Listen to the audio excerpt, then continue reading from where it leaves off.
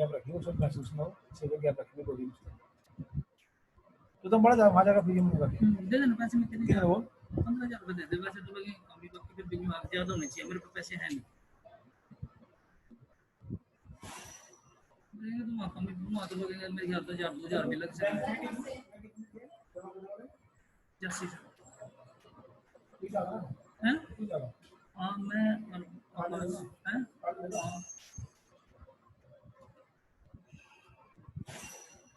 उसका तो कुछ नहीं है, कब तक चला है जून अगर कुछ क्या करो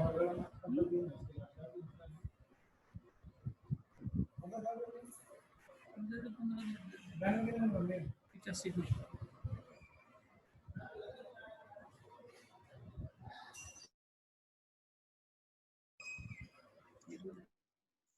Good morning, dear students. Today we will discuss about the Broglie wavelength. Good morning, dear student. Today our topic of discussion is de Broglie wavelength. इसे लिखते हम Broglie है. It's a French word. It's a French scientist. But बोलते हम इसे Broglie है. De Broglie. तो आज का हमारा टॉपिक है de Broglie wavelength and Heisenberg uncertainty principle. देखो बच्चों, अब तक आपने पढ़ा है light is of dual nature, कि जितनी भी हमारी रेडिएशंस हैं वो ड्यूअल नेचर की तरह बिहेव करती हैं. Sometimes they behave like particle and sometimes they behave like waves. तो अब तक हमने पढ़ा, जैसे आपने सबसे पहले इलेक्ट्रोमैग्नेटिक वेव थ्योरी पढ़ी, जिसमें हमने ये जाना कि रेडिएशंस का वेव लाइक कैरेक्टर होता है. फिर हमने ये देखा कि क्या ये वेव पार्टिकल की तरह बिहेव करती हैं. यस, ये करती हैं. उनको जानने के लिए हमने फोटो इलेक्ट्रिक इफेक्ट पढ़ा, ब्लैक बॉडी रेडिएशन पढ़ा. तो नेचुरली एक क्वेश्चन हमारे माइंड में आना चाहिए, can particle also behave like waves? Yes, it is also true. Particle भी वेव की तरह बिहेव कर सकते हैं. क्या हुआ देखो बच्चों, इसे स्टडी किया डे ब्रॉयल ने. उसने देखा कि हमारे जितने भी पार्टिकल्स हैं या ये जितने भी हमारे आसपास मैक्रो या माइक्रोस्कोपिक पार्टिकल्स हैं, उनके साथ एक वेवलेंथ एसोसिएटेड होती है, जिसे हम रिप्रेजेंट करते हैं h by mv, where your h you already know, it's your Planck's constant. m is mass, यहां मैं इलेक्ट्रॉन का ले रही हूं. v is typical orbit velocity of electron. इसके साथ भी जो ये वाले जो इलेक्ट्रॉन्स थे, ये देखा गया डिफ्रैक्शन और इंटरफेरेंस भी शो कर रहे थे, जो कि आप जानते हो वेव्स की कैरेक्टरिस्टिक है ये पार्टिकल लाइक, पर ये वेव की कैरेक्टरिस्टिक्स को भी शो कर रहा है, जिससे और जो इससे associated E is equal to h nu, that is c upon lambda. यहां से ये जो वेवलेंथ हमने कैलकुलेट करी, it is exactly equal to this de Broglie wavelength. तो ये इससे कंक्लूड हुआ.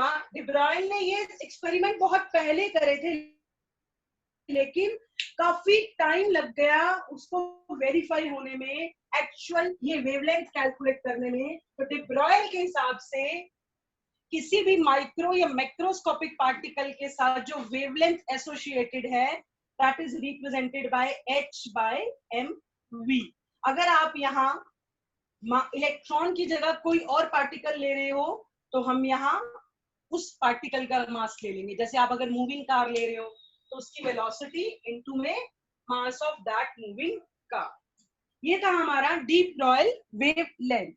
अब next question comes to our mind कि देखिए बच्चों, हमारे आसपास कितने सारे ऐसे पार्टिकल्स हैं, फिर हमें उनकी वेवलेंथ दिखती क्यों नहीं है?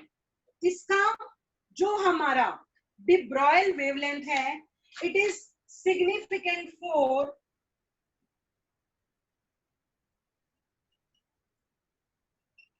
Microscopic particles.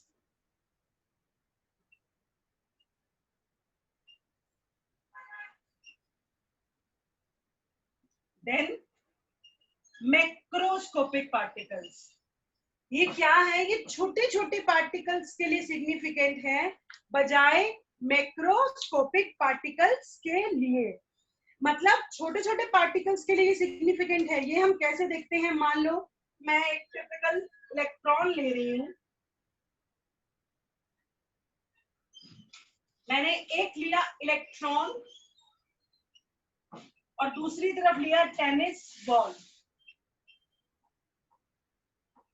इलेक्ट्रॉन का मास 9.11 इंटू 10⁻⁻31 kg और इसकी टिपिकल ऑर्बिट वेलोसिटी होती है 10⁻6, या अगर आप इसको स्पीड ऑफ लाइट से भी ले सकते हो तो आप 3 इंटू 10⁸ से कैलकुलेट कर सकते हो। अब टेनिस बॉल नियर अबाउट, इसका जो मास है दैट इज 0.1 kg और मैं इसकी वेलोसिटी मान के चल रही हूँ 20 मीटर पर सेकेंड। मान लो कोई आपके पास टेनिस बॉल है, मैं दोनों में कंपैरिजन कर रही हूँ। मैंने एक माइक्रोस्कोपिक पार्टिकल लिया और एक माइक्रो बच्चों आपको आइस के थ्रू, नेक्ड आइस के थ्रू नहीं दिखेगा। टेनिस बॉल को तो आप इजिली विजुअलाइज कर सकते हो, उसे देख सकते हो। अगर मैं इसके लिए इसका लैम्डा कैलकुलेट करूं, that is h/mv which is equal to 6.6 into 10⁻34 upon में 9.11 into 10⁻⁻31 into 10⁻6। इसको सॉल्व करो। जब आप इसे सॉल्व करोगे, it near about comes to be 725 nanometre. Metre में लेना इसको, मतलब मल्टीप्लाई बाय 10⁻⁻9 मीटर, ये हमारी इतनी आई। और अगर मैं इसके लिए कैलकुलेट करूं, lambda is equal to h/mv, h is your Planck's constant, 0.1 into में 20 which is nearly equal to 3.3 into 10⁻⁻25 nanometre. बच्चों अगर आप इसको देखो, ये जो वेवलेंथ आ रही है ये फिर भी हम डिटेक्ट कर सकते हैं थ्रू एक्सपेरिमेंट्स, थ्रू इंस्ट्रूमेंट्स, लेकिन इतनी छोटी वेवलेंथ को क्या डिटेक्ट करना आसान है? नहीं। इसीलिए हमारा डी ब्रॉयल वेवलेंथ सिग्निफिकेंट होता है माइक्रोस्कोपिक पार्टिकल्स के लिए, बहुत छोटे छोटे पार्टिकल्स के लिए, क्योंकि इसके साथ जुड़ी वेवलेंथ फिर भी हम डिटेक्ट कर सकते हैं इंस्ट्रूमेंट्स के थ्रू, लेकिन इतनी छोटी वेवलेंथ को डिटेक्ट करना हमारे लिए फिजिबल नहीं है। अब आपकी लेकिन डी ब्रॉयल वेवलेंथ हर पार्टिकल के साथ एसोसिएटेड है, चाहे वो आपकी रोड पे चलती मूविंग कार है, क्योंकि उसका मास इतना ज्यादा हो जाता है कि ये बहुत छोटी हो जाती है, इस चक्कर में हम इसे डिटेक्ट नहीं कर सकते। So de Broglie wavelength is significant for microscopic particles. हम नेक्स्ट पढ़ते हैं हमारा, बच्चों ये वाले जो हमारे दोनों प्रॉपर्टीज हैं ये हमें नेक्स्ट हमारे मॉडल की तरफ लेकर जाएंगे, क्वांटम मैकेनिकल मॉडल की तरफ, इसीलिए इन दोनों कॉन्सेप्ट्स को जानना जरूरी है। Next is your Hazelhoff's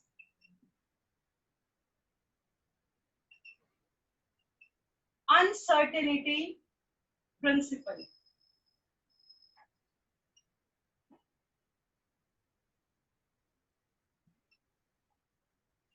It was given by Werner Heisenberg. ये हमारी जो ये प्रिंसिपल है ये बहुत कॉन्ट्राडिक्टरी स्टेटमेंट है, मतलब उसने जो कहा इसने उससे थोड़ी डिफरेंट स्टेटमेंट कही। What he said, the position and momentum of the position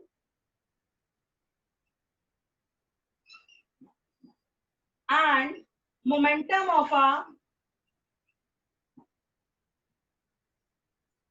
fast moving electron cannot be measured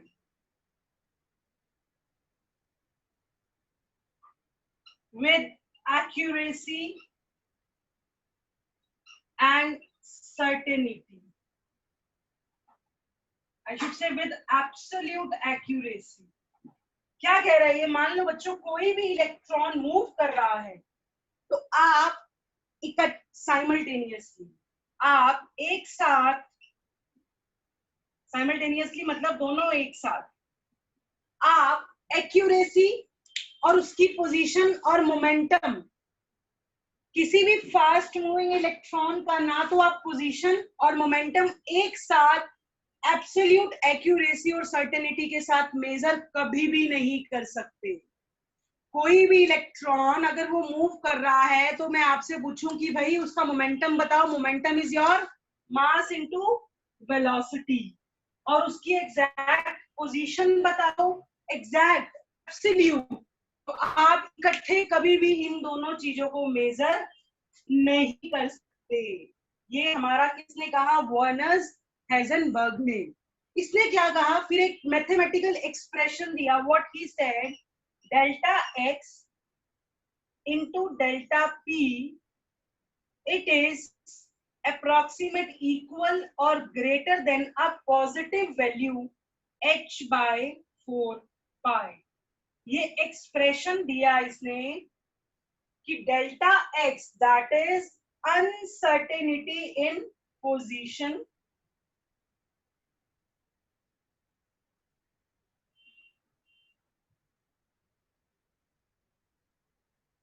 into uncertainty into momentum, जिसे हम क्या बोलते हैं? Mass into velocity. देखो बच्चा, वेलोसिटी चेंज हो रही है पर उसका मास चेंज नहीं हो रहा, मास कांस्टेंट है।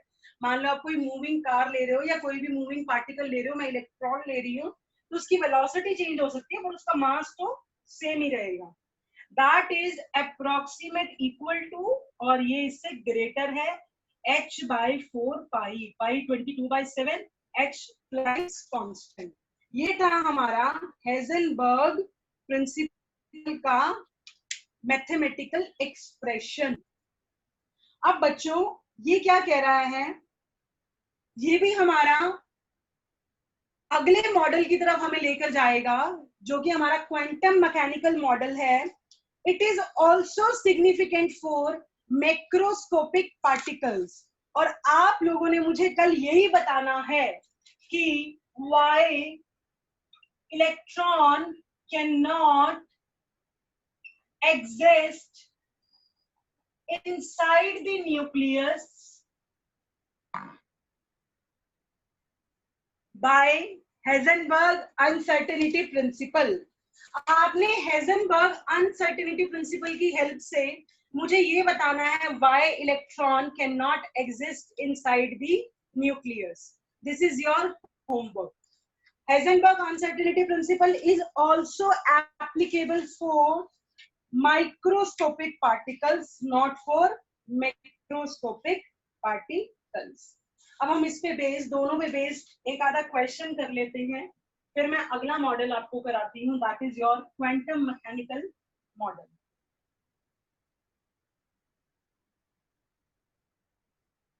The question is, calculate the mass of a photon, calculate the mass of a photon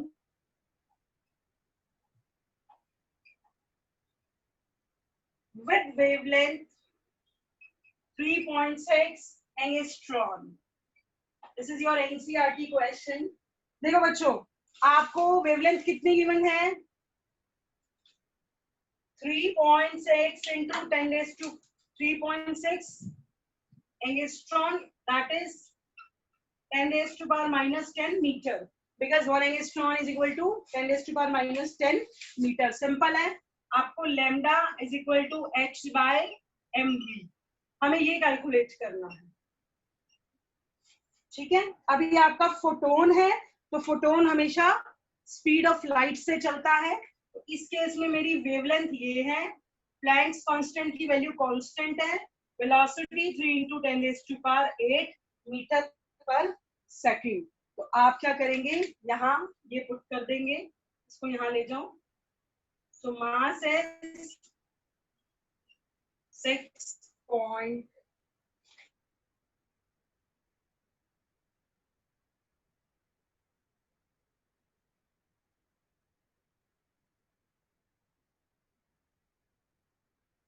6 2 इसको कर लेना सॉल्व, जितना भी आएगा वो क्या होगा आपका answer. Next question, based on Heisenberg's uncertainty principle, a microscope using suitable photons is employed to locate an electron in an atom within a distance of 0.1 angstrom. क्या है, एक माइक्रोस्कोप लिया, आप एक कोई फोटोन ले रहे हो, हमने इलेक्ट्रॉन की पोजीशन को लोकेट करना है within a distance of 0.1 angstrom. तो बच्चों आपको डेल्टा एक्स गिवन कितना है, 0.1 angstrom. What is the uncertainty involved in the measurement of its velocity? आपको क्या कैलकुलेट करना है, delta v।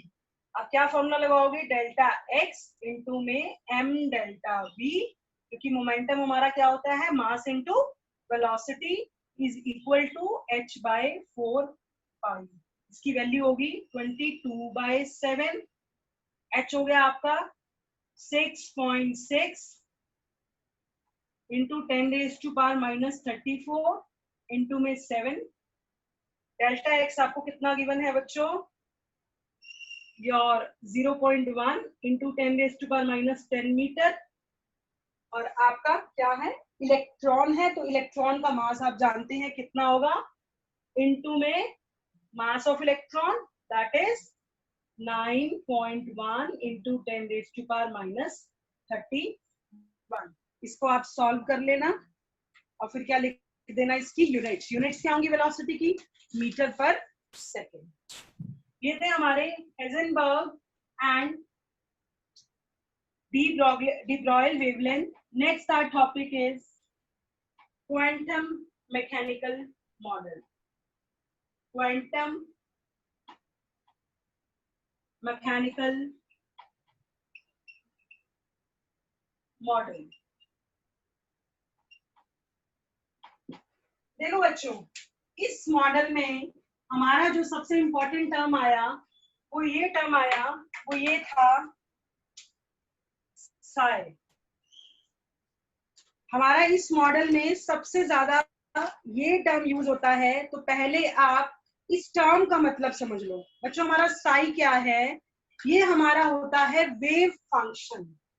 This is our wave function. As such तो बच्चों इसका कोई फिजिकल सिग्निफिकेंस नहीं है, लेकिन अगर हम इसकी एब्सोल्यूट वैल्यू का स्क्वायर करेंगे वो हमारे लिए बहुत इंपॉर्टेंट है, वो मैं अभी आपको आगे बताती हूँ।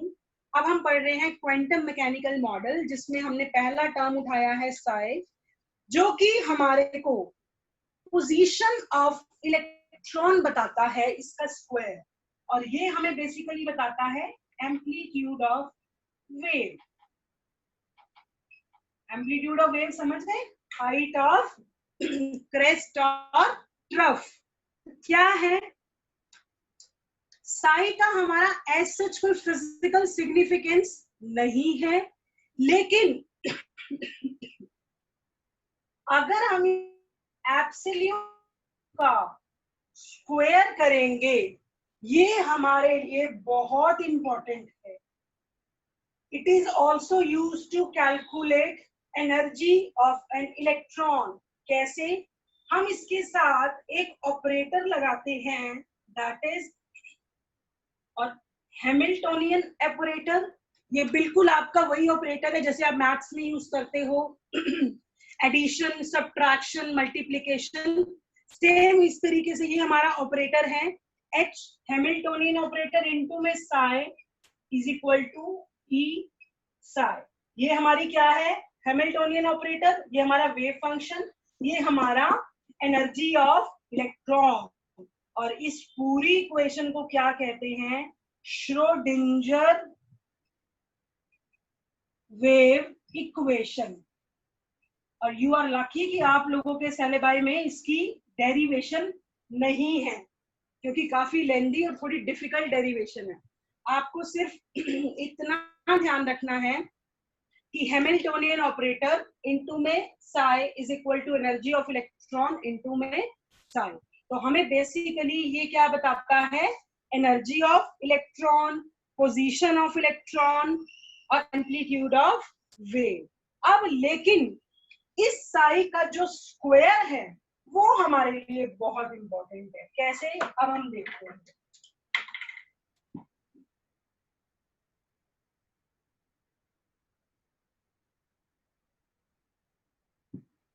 देखो क्या है बच्चों,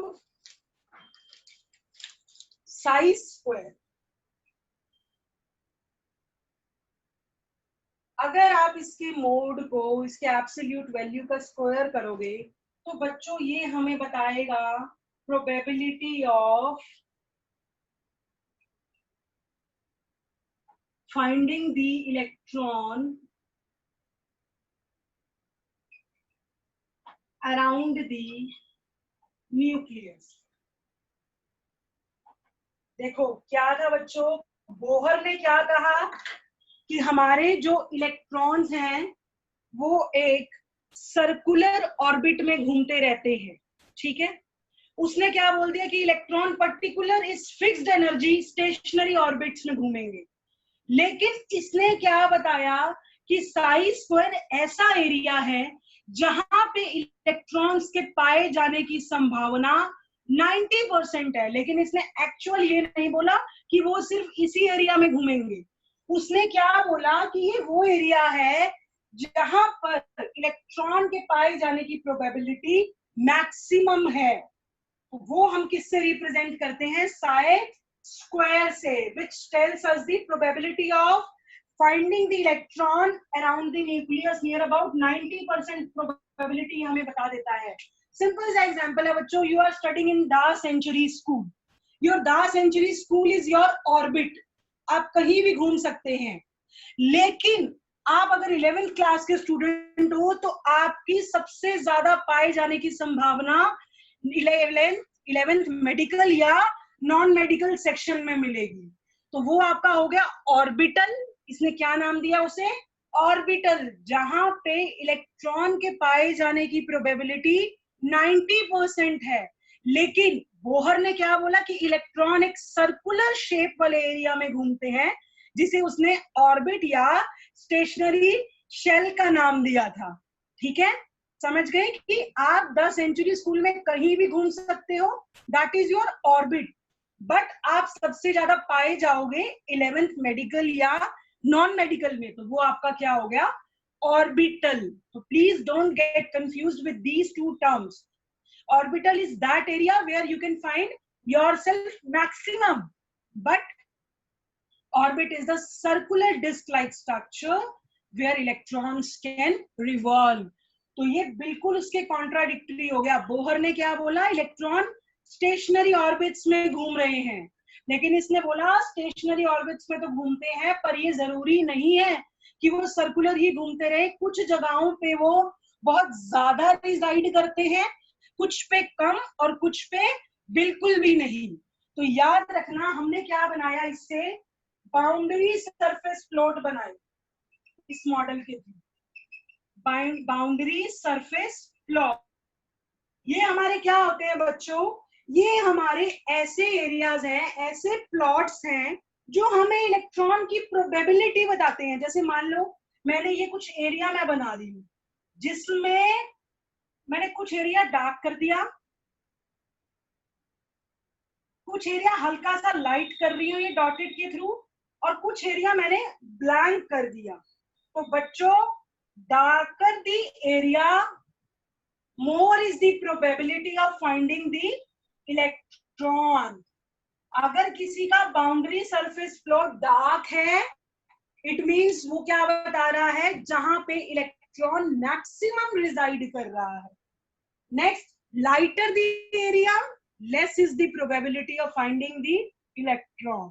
नेक्स्ट, जहां पे कोई लाइन है ही नहीं, कोई सरफेस है ही नहीं, ये बच्चों ये विजुअलाइजेशन है, मतलब ऐसा देखा गया है। जहां पे कुछ भी नहीं है, जहां इलेक्ट्रॉन के पाए जाने की संभावना, कुछ जगहों पे बिल्कुल इलेक्ट्रॉन जा ही नहीं रहा, तो वो हमारा एरिया क्या होता है, node. So node is that region in space where probability of finding the electron is zero. And orbital is that region in space where electron, जहां इलेक्ट्रॉन के पाए जाने की प्रोबेबिलिटी नॉन जीरो है, वो हमारा क्या होगा? ऑर्बिटल. और नॉट क्या होगा? जहां इलेक्ट्रॉन के पाए जाने की प्रोबेबिलिटी जीरो. अब इससे देखो हमारा ऑर्बिट और ऑर्बिटल का कॉन्सेप्ट आया. तो वेव, सॉरी, आपका क्वांटम मैकेनिकल मॉडल ने हमें साई स्क्वायर का कॉन्सेप्ट दिया, which gives us the probability of finding the electron around the nucleus. और ऑर्बिटल में डिफरेंस पूछूं, डायमेंशन कॉन्सेप्ट है, ऑर्बिटल कॉन्सेप्ट है. ये हमारी तीनों एक्सिस को लेके चलता है, एक्स एक्सिस, वाई एक्सिस और जेड एक्सिस. ये हमारे दो ही एक्सिस के साथ डील करता है. ये हमेशा सर्कुलर होंगे, स्फेरिकल होंगे, पर इनमें आप आगे चैप्टर में, आगे वाले टॉपिक में पढ़ोगे कि डिफरेंट ऑर्बिटल्स के डिफरेंट शेप है. जैसे हमारे एस की शेप स्फेरिकल है, जैसे हमारे पी की शेप क्लोवर लीफ लाइक है. तो आप, अगला टॉपिक हमारा यही होगा नेक्स्ट लेक्चर में, शेप्स ऑफ ऑर्बिटल्स. तो ये क्या है? हमारे सर्कुलर नहीं होते. और ये क्या है हमारा? जहां इलेक्ट्रॉन रिवॉल्व करता है, ये हमारा वो एरिया है जहां इलेक्ट्रॉन के पाए जाने की प्रोबेबिलिटी हमेशा क्या होती है? Maximum. The number of electrons in an orbit is given by the formula 2n square, where your n is number of shells. या क्वांटम नंबर में जानेंगे, थोड़ा बहुत आइडिया आपको होगा. जैसे अगर हमारा n 1 है तो हम उसे k बोलते हैं, KLM. तो ये हमारा वो है. But the maximum electrons present in an orbital is always 2. किसी भी एक ऑर्बिटल में हमेशा 2 से ज्यादा इलेक्ट्रॉन नहीं हो सकते, और वो भी ऑपोजिट स्पिन के होंगे. अगर एक इलेक्ट्रॉन क्लॉकवाइज घूम रहा है तो दूसरा इलेक्ट्रॉन एंटी क्लॉकवाइज घूमेगा. That's all about today's lecture. If you have any doubt, then please come forward and speak up. My dear students, if you have any doubts, then please come forward and speak up.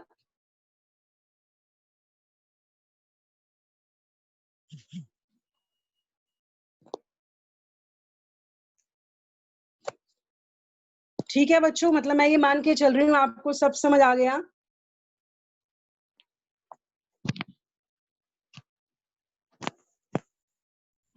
एक minute. Jitendra sir, कितना time बचा है?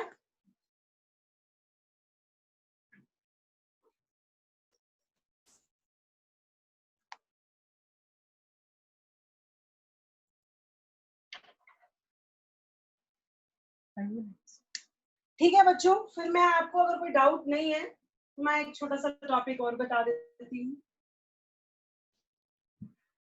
That is your shapes of orbitals.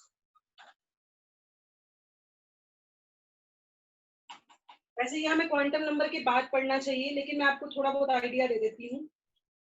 देखो, अब हमने boundary surface plot जब सबके किए तो हमारे पास शेप्स हम रफली उस एरिया से बनाते हैं जहां पर इलेक्ट्रॉन की वो जो लाइंस है वो डार्क आ रही है. तो जो हमारा सबसे पहला बच्चों एक एस सब शेल होता है, एक पी, एक डी, एक एफ. एफ की हमें शेप्स नहीं पढ़नी. एस, एस हमारा, एस की जो ओरिएंटेशन है वो स्फेरिकल होती है. हमेशा इसकी जो शेप है वो क्या होगी? स्फेरिकल. सेंटर में आपका न्यूक्लियस, मान लो ये मेरा क्या है? 1s. इसकी शेप क्या होगी? स्फेरिकल. पी, पी के हमारे बच्चों 3 ऑर्बिटल होते हैं, px, py, pz. अब क्या है, हम 3 एक्सिस लेके मैं चल रही हूं.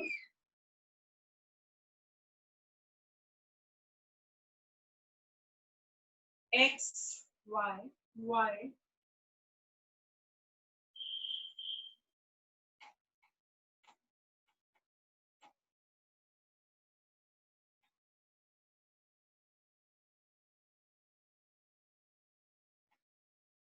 देखिए, अब अगर मुझे मान लो पी एक्स की शेप बनानी है तो आप क्या करेंगे? ये हमारी क्लोवर लीफ लाइक शेप होती है, सॉरी डम्बल शेप होती है, डम्बल्स होते हैं ना आपके जैसे, ये उस तरीके की शेप है।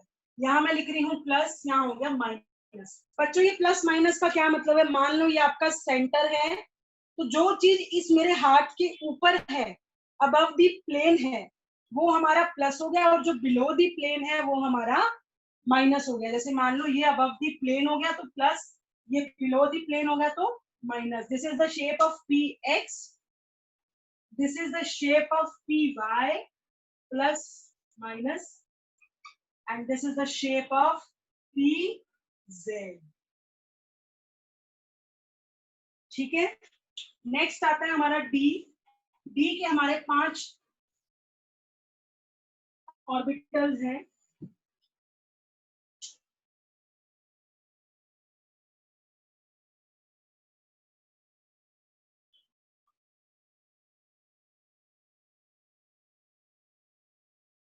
क्या है हमारा? डी के 5 ऑर्बिटल्स हैं, और इसमें हमारी शेप्स क्या है बच्चों? देखो, सबसे पहले बना रही हूँ हमारी, ये आपको लर्न करनी पड़ेगी बच्चों, d x y, d y z, d z x, d x square minus y square, d z square. इसमें बच्चों इन चारों की शेप क्लोवर लीफ है, और इसकी शेप डोनट है।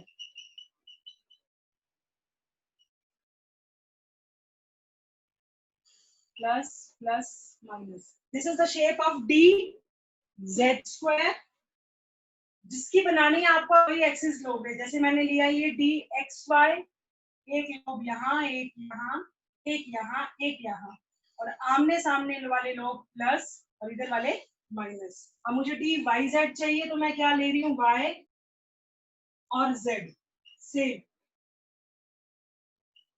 Plus plus minus minus. D z x ले रही हूँ तो एक्स जेड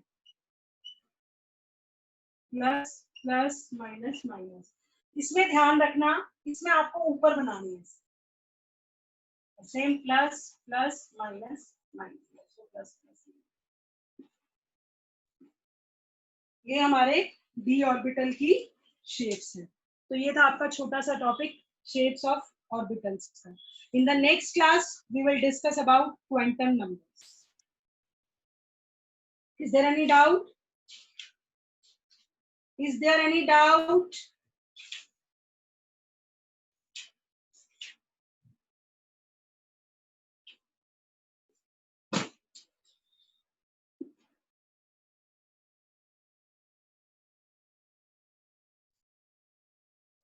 ये आपको लर्न करनी पड़ेगी नेम्स वगैरह इनके। ये सबके क्लोवर लीफ है, बस ये डोनट है। पी के डम्बल शेप होती हैं, और एस की स्फेरिकल होती हैं। एफ के 7 ऑर्बिटल हैं जिनकी शेप्स आपके सिलेबस में नहीं है, वो थोड़ी कॉम्प्लेक्स ज्यादा होती है। So that's all about today's lecture. आज हमने पढ़ा shapes of orbitals, de Broglie wavelength, and as N